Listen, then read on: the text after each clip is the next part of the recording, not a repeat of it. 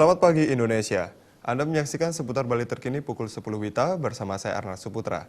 Pemirsa, jumlah tenaga asing yang melakukan perpanjangan izin di provinsi hingga September 2016 itu sebanyak 1.533 orang. Sedangkan tenaga kerja asing yang memperpanjang di kabupaten kota ada sekitar 500-an orang. Namun jumlah tenaga kerja asing di Bali saat ini diperkirakan melebihi jumlah tersebut karena banyak di antara mereka tidak mengantongi izin. Itu tidak karena, menurut saya, Bali itu bukan karena meanya.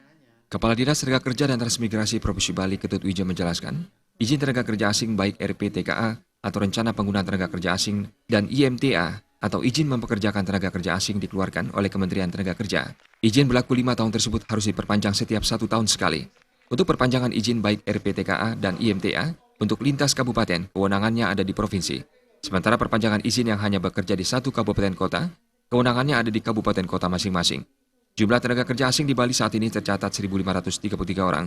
Sementara di kabupaten kota belum ada data pasti, namun diperkirakan mencapai 500-an orang.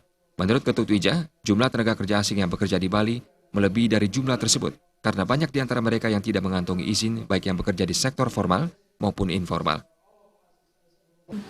Saya meyakini banyak masih orang-orang asing yang bekerja di Bali tanpa izin.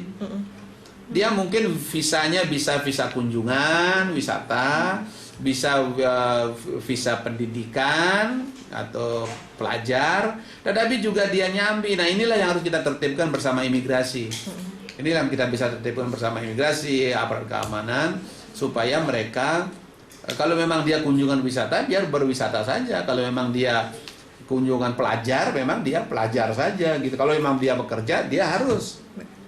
Nah, karena dia kan harus Dia harus membayar izin untuk kerja di Indonesia. Itu sudah melanggar undang-undang keimigrasian. Dia bisa dikeluarkan diusir dari negara kita, dikeluarkan. Gitu. Ketut Wija menambahkan, dalam pengawasan tenaga kerja asing provinsi, saat ini hanya memiliki 9 tenaga pengawas. Sesuai Undang-Undang Nomor 23 Tahun 2016, awal tahun 2017 akan ada 15 pengawas di kabupaten kota yang akan bergabung ke provinsi.